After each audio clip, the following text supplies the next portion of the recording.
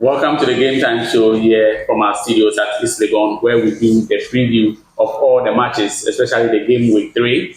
And with me to do that discussion today is Michael. Michael, how are you doing? I'm fine. Yourself? I'm doing very well. I hope your team is also doing great. Oh, Chelsea, they will do for. You are smiling. We do for, yeah. All right. Because Chelsea did for. Don't worry. We'll go into the fixture very soon and see how you are going to do going into the week 3. I have with me also Isaac. Isaac, how are you doing? Doing well. How about you? I'm very well, thank you. I hope you had a great weekend. Yeah, the weekend was great. All right. Interesting matches. All right. Let's delve straight into the game week 3. And one interesting fixture that we all have our eyes on is the Liverpool Arsenal fixture. They all have 100% record coming into the game week 3. I think Arsenal won their first, second game. Liverpool did same. And going into this fixture, I think looking back at the previous fixtures, there has been a lot of goals. Arsenal currently have some injuries. Yeah. Liverpool are in full squad. How do you see the game going into game week 3? Okay, so Liverpool Arsenal game, it not go be easy, but I mean, I'll go for Liverpool because Liverpool playing at Anfield, it will be difficult for Arsenal to no, but that's not the first time. Go there and go and upset Liverpool. That's not the first time. Because looking at Arsenal, they have injuries with Odegaard and Saka. Even though Eze is coming in, Eze, they are now making noise. But Eze is around. Eze is their ball that will save their season and win titles for them. I don't know why they think so, but anyway, Eze even has trophies more than most of the players in there. So, I mean, if he says to, I mean, it's just I don't know where this is coming from, like a stray bullet. Oh, it's not a stray bullet. I mean, he has 2 trophies. He has FA Cup. He has Community Shield. But we have some of the all the squad also having trophies. They have Community Shield. They have FA Cup. Who can you mention that has most of the squad? You are not saying who can you mention? Odegaard doesn't have any. Saka doesn't have any trophy. Saka has FA Cup to his belt. He has Community Shield as well. Well, yes. So going into this picture, I'm not sure it's going to be a competition of trophies. Oh no! I'm only talking about Eze. But he's almost the missing link of this Arsenal squad. Going into this fixture, I'm very sure, with Odegaard going missing because of injury, he's going to solve a lot of issues. Let's hope either playing from the wide or playing through the middle as an amateur. But I feel say this one Liverpool do. So would you want to dare and give a prediction? I think it will be a 2-1 victory for Liverpool. 2-1 victory? Yeah, it will be a 2-1 victory for Liverpool. Because Liverpool concedes a lot. If you look at their game against Newcastle, even when Newcastle was down by a mark, they still went ahead to score 2 goals. It's not a problem. But what I see with the Arsenal, I mean, people are praising Jokeres and stuff like that. But I still no, I'm not saying I don't believe, but Jokeres hasn't still gotten the grip of the game yet. Even though he had a goal, 2 goals. He scored 2 goals. One was penalty and one was, I mean. But the penalty requires balls before he can score. I mean, I still feel he hasn't gotten a grip of how his performance should be. Especially with how the Arsenal team plays. It will take time before he gets accustomed to how the team. I think with Liverpool's Arsenal's with Ekitike and then Gakpo and stuff like that. They have eye for goal and they are hungry for goal. If you see the team, like even against Newcastle, they didn't play. Newcastle had a good game even from the beginning, but you could see they were able to even score first against the run of play they scored. So with them, they are hungry for goals, and I see Arsenal struggling with this. But you don't think they are going to struggle defensively? Defensively, yeah, but I mean, Liverpool, as you were saying, Liverpool concede more. Mm-hmm. I mean, I've not seen, I don't know where the statistics is coming from. The previous game against their first game, it was 2, okay, they scored 2 and then it was equalized and they still managed to win. In this game also, it was 2 and then they still managed to win. Well, let's hope Arsenal, but I still see Liverpool winning this game. Is it an emotional prediction or you think? Because I know where you stand and I know what you are hoping for your London rival. Oh, no. I'm not hoping that Arsenal should lose, but tactically, that's what I feel. I feel Liverpool will carry the game. All right. Yeah. Even though Arsenal will have a good game, but I don't see them winning. I bet to differ, but then the prediction is in your hands. Sure. Isaac, I don't know what you think of the Man U Burnley game, considering that Man United going into this game has not won any game yet. They lost, I think they drew in their first game against, I think, is it No, the Crystal first Palace? game they won. They drew. Man, you won. Yeah, they lost. They drew. The first game you beat them, Arsenal beat them, and then the second game they lost. was a Fulham. It was a Fulham, yeah. So they drew. So they are going into this fixture hoping that at least they will record the first win of the season. Looking at this fixture, I think I'm going to go for a Man United win. They need to give their fans something to laugh about because it's been 3 matches and they have just 1 point. Yeah. Looking at the kind of signings they did and the way they want the season to go, I think this should be a win for Man United. It's not going to be easy, but playing at Old Trafford with the fans behind them, looking for them to get some points to get the season going, I think it's going to be a win for Man United. But looking at this whole transfer saga around Bruno, do you think the confidence will be there? He missed a penalty against, I think, the Gameweek 2. He missed the penalty and he lost. I think, they drew. I think Bruno should be a captain that knows that it goes beyond just him. The fans are waiting in the stands to, cheer his name. He's their captain. Everybody's looking up to him. He needs to put Man United before him because what happened, I think he could have done better. A referee giving you a nod shouldn't be a reason to put you off your routine. And he needs to carry the team on his back. This is the time Man United need him as a captain. And I think he should use this game to prove to the fans that he's the man for the job. But looking at this squad, he sees himself as not winning any trophy in the next season or two. Could that influence his game in going into this particular fixture and also reconsidering his decision whether he wants to stay in the EPL moving into the Saudi Pro League? I think this is the time for him to do it because they are not playing in any European matches, right? He has all the time to be able to, whip the squad into the kind of shape he wants them to play in. Right. So if he doesn't do it now, I don't know when else he wants to show that Man United is a team that can compete. This is the time for him to whip the team into the kind of game that winning mentality. Winning mentality, exactly. So he should go for this. It should be a win for Manchester United. Do you want to dare to predict? They're not scoring a lot of goals. No, but they have a lot of attackers now. Yes, but Cunha, they have Nguemo, now they have Sesko. They have one goal. You see, Amorim is sometimes playing these guys out of position. I think the last match he was playing. He was playing this guy's a striker. What's his name? Cunha. Cunha is not a goal. It's not an out and out goal scorer. He would play as a playmaker, but then he'll not get you the goals.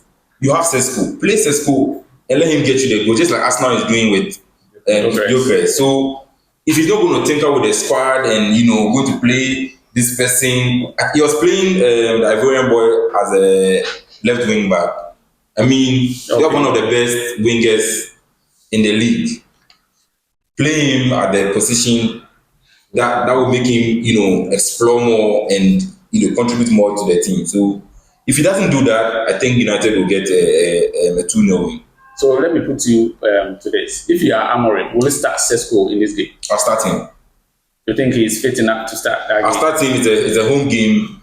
The fans will give him all the confidence he needs on the pitch. This is the time to start him. Honestly, I don't even know why he's even benching the guy. You bought somebody for 75 million and the person is on the but he's trying to gradually get a guy into the game. You are not helping him because getting somebody into the game means giving the person more time, building the confidence of the guy. But if you put him on the bench and then let him come in, you won't get the best out of him. I think in total he has played about 63 minutes. It's not the best because the guy needs to start, make mistakes, learn from mistakes, grow in confidence. Then, you get, who knows? Pacha, you can even get from one good partner and confidence. Then you see the guy will be. But if you put him on the bench, come in whilst you guys are struggling, you don't even know what. But there's another school of thought that will say that if you force the guy into the game and he performs smoothly, it will bring down his confidence level. You are not forced. See, we brought you to come and play. Of course, but you need to. So once it's not. See, Zesko is not a small boy. He was playing in Leipzig. Yeah, This is the first time he's coming into the English. Yes, so play it's football. Play your game. I don't think that. So no, it's not about rushing. I mean, Jokeres came. He played the first match. He didn't score. He played the second match. He's fine. He scored 2 goals. Jokeres started his streak from England. Eketike came from Germany. He came first match.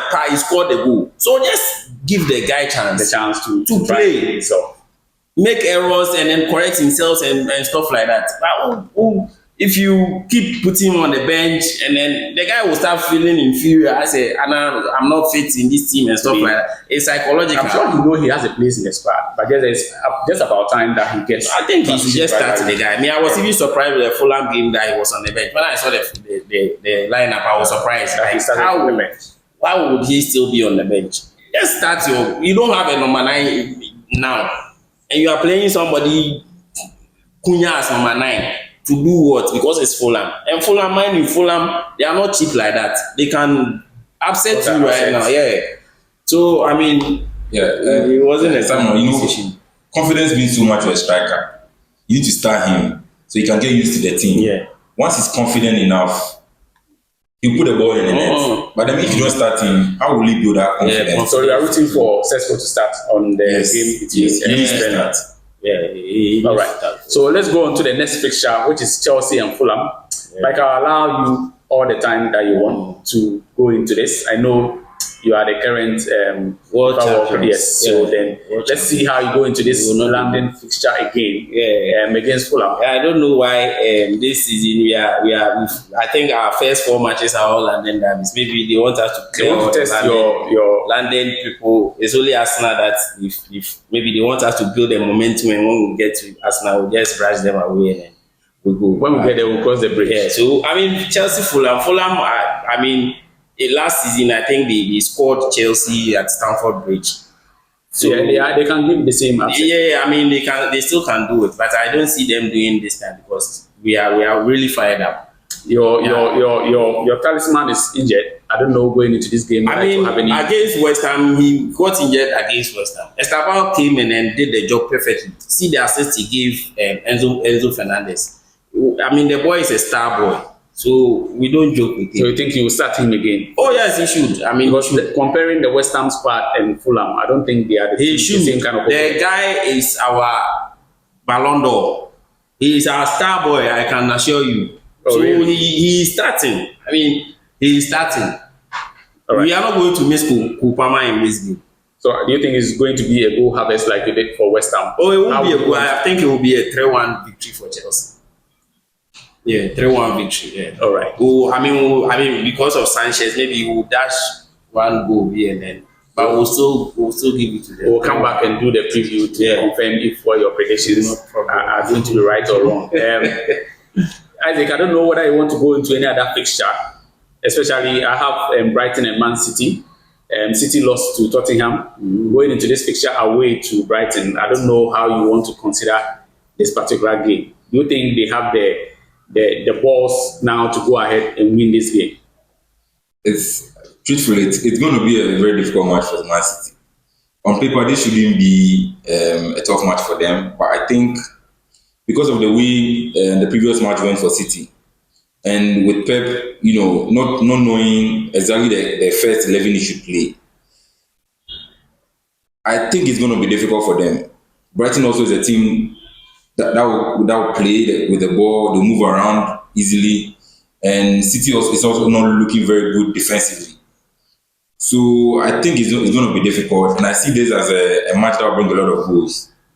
It's going to bring a lot of goals in terms of City conceding and also Brighton also conceding. So looking at this match, I can't really predict, but I think it's not going to be easy for City. There will be a lot of goals. Yes. So if the investors are out there, you predict they can go in for about 1.5, 2.5. Yes, or even both teams to score. Yeah, and that will be an interesting game to watch. I don't know if you have any other. I think with City losing against Spurs and going away to Brighton, I think it will be a done. City will carry the day against Brighton. We all picked them for the game against Tottenham to win. I mean, I didn't pick them like that because they've struggled recently with Spurs, even in their own home. So I didn't really take City like that. But with this, I mean, City did it against Wolves, and coming back from this terrible defeat against Spurs, they want to redeem be an themselves. opportunity to redeem themselves. And then, So I think- also want to there will be goals, but I think City it will be somewhere around 3-1 or something. I think you are used to the 3-1 predictions. I think City will score more because almost gave Brighton to But they, no they one are is also wounded. there for play. They are wounded lions. I mean, Brighton hasn't been too good starting of this season. I mean, watching their matches, they've not been too They clinical. lost in the game with 2 against Everton 2-0, and going into this game playing their home game. I don't think City is going to have an easy game. I know City will have. But they both Yes. lost in their game with 2, and going into this game, they all want to salvage their win. Yeah, but I still think City will carry the day. Brighton is not looking too sharp as they used to last as they used to last. All right, so it's a 3-1 It's a 3-1 victory for City. City. Yeah. All right. Is there any other game you would like to touch on, I think. Isaac? I'm looking at Tottenham versus Bournemouth, and I see Tottenham being a team that everyone is talking about now. The way they play, how they press, how they push the ball ahead of the opponents and the half. The only thing is that sometimes, Tottenham, sometimes they flatter to deceive. You look at them and you think, oh, this is a league-winning team. Yeah.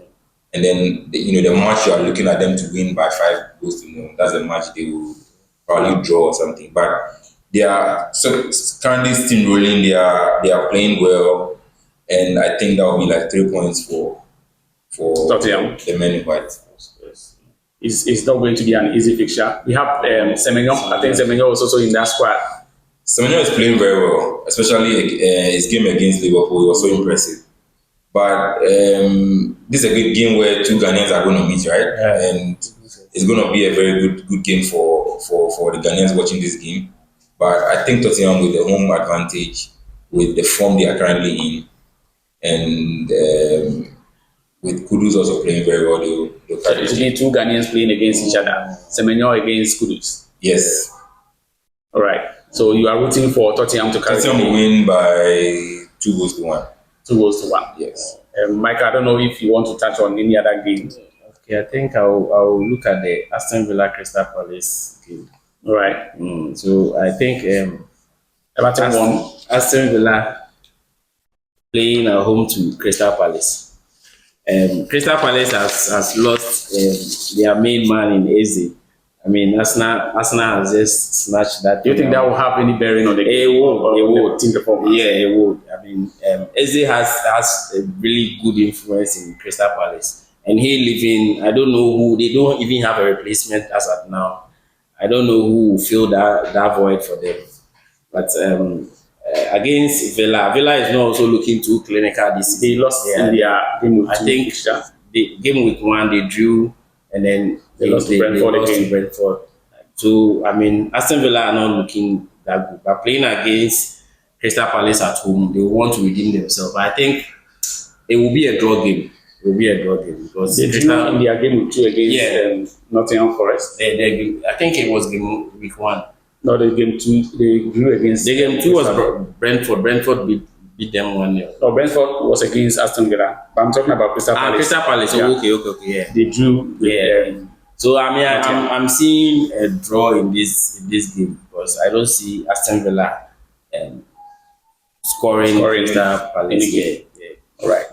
I don't know if there's any other game you would like to touch on, Isaac. So looking at the Leeds United versus Newcastle game, it's going to be very interesting because I think the game will be so open. Sometimes I think Leeds United think they are still in the championship, and they play Class 1 football sometimes. But they are used to that attacking style. yeah, but there are games you need to look at your squad, look at your opponents, and then play a very close game.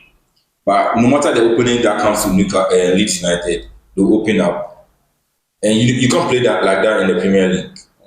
You cannot. You keep shipping in 5 goals and all that. So I think that will be interesting. Looking at how Newcastle lost their last game versus Liverpool at home, they would want to get 3 points in this game as well. So I think we look at that game as well. It's going to be an open game. I can't predict, but then I'll see for the bettors out there, both teams to score. Both teams to score. Yes. So be a score draw. Yes, could be a score draw. All right. Thank you guys for coming on to the show. We'll come again your way next time to give the review of this prediction.